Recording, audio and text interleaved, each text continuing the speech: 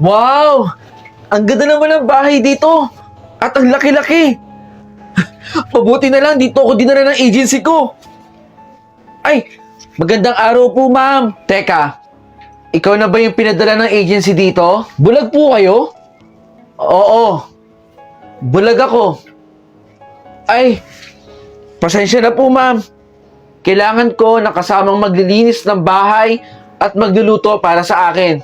At syempre, mapagkakatiwalaan ka sa bahay. Nandyan, sa kaliwa, yung kwarto mo. Salamat po, ma'am.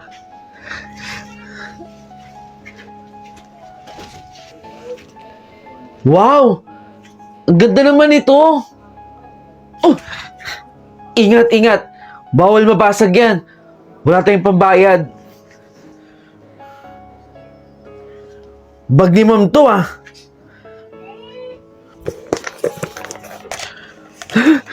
Daming pera.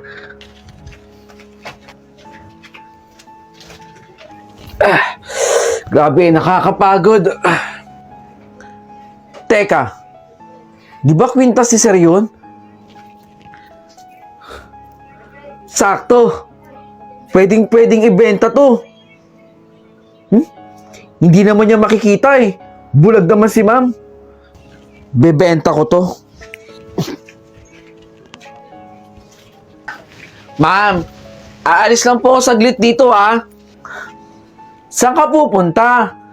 Mamimili lang po ako sa palengke. Wala akong kasama dito. Pangako, ma'am.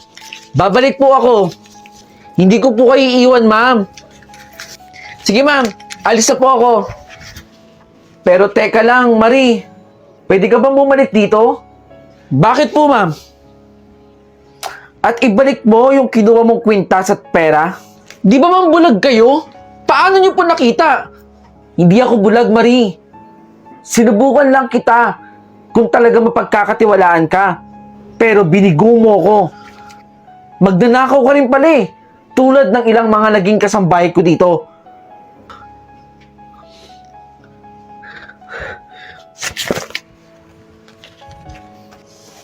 Kabago-bago mo lang, Maria. Hindi ka mapagkakatiwalaan. Isang balot po ng ulam. Sige po. Hoy bata, anong ginagawa mo dito? Hindi mo ba nakikita na may mga kumakain? Kung pwede lang, doon ka muna sa gilid. Nakakahiya sa mga customer, oh. Pahingi po. Sinabi na, doon ka muna sa gilid, bata. Doon ka muna, ah. Ay, sige po.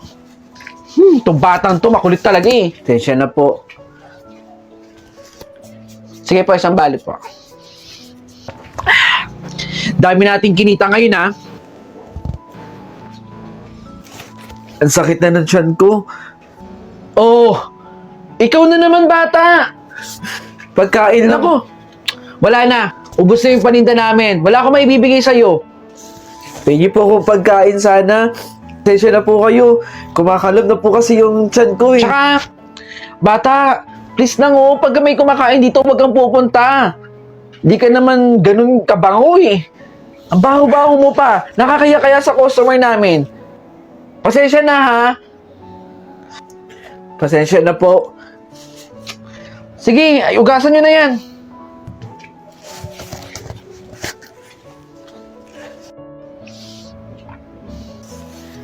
Wala na to ha. Itatapon ko na ha. Sigurado kayo dito.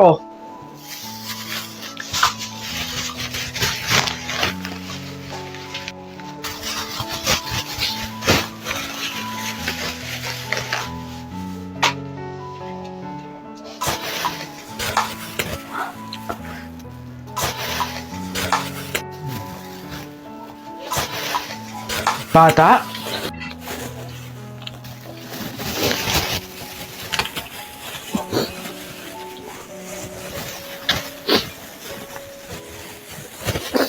Yung bata pala,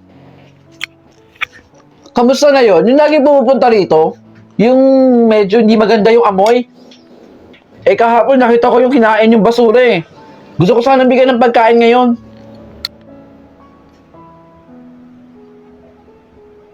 Ha? Tutulog na ako. Huwag niyo po akong sasaktan! Huwag po!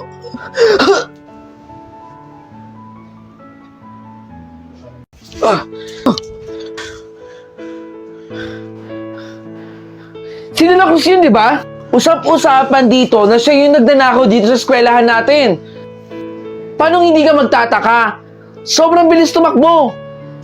Anong malay natin? Baka talaga naman nagnanakaw yun. Kayo, ingatan yung mga gamit ninyo kay De La Cruz. Baka kayo naman ang mabiktima ni De La Cruz.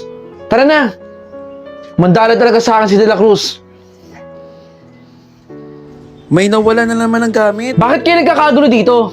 Etong si Mark na nakawan na naman daw. Si De La Cruz lang ang nagnakaw noon. Wala nang iba. Di ba sinabihan ko na kayo? Na itabi nyo mga gamit ninyo. Lalo na kapag katabi nyo si De La Cruz. Pag nakita ko yon, ipagtatanggol ko kayong lahat.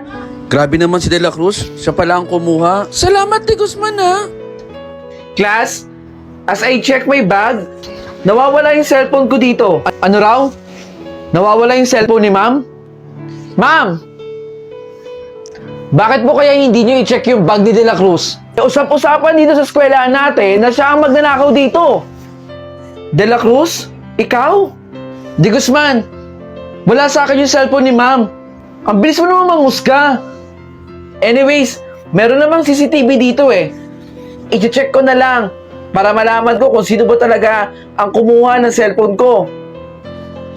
Tama yun, ma'am. I-check nyo po yung CCTV para makita po ninyo yung mukha ni De La Cruz na siya ang kumuha nun.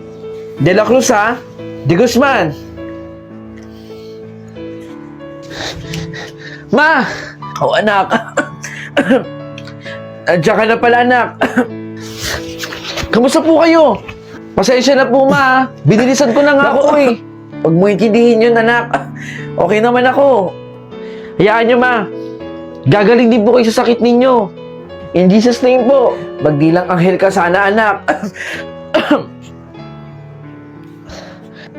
Salamat, anak.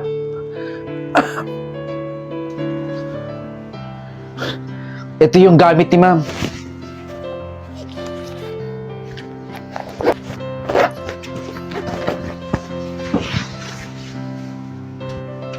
Saan kaya dito yun? Oh! De La Cruz! De Guzman?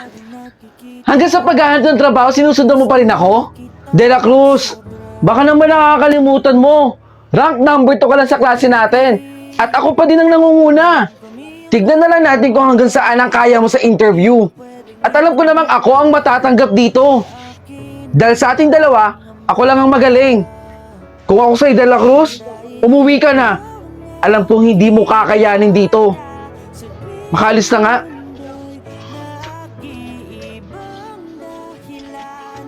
Baka naman kasi nakakalimutan mo, De La Cruz. Hindi ba't yung pagiging sip-sip mo lang yung naging daan para maging rank number 2 ka sa klase?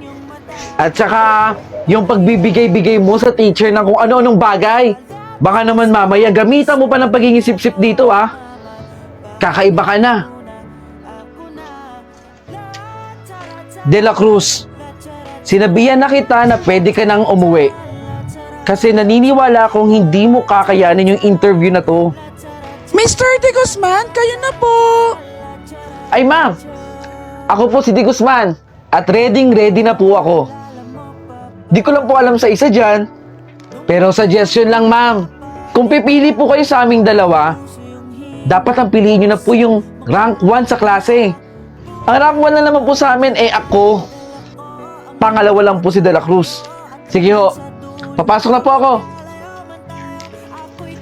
Mr. De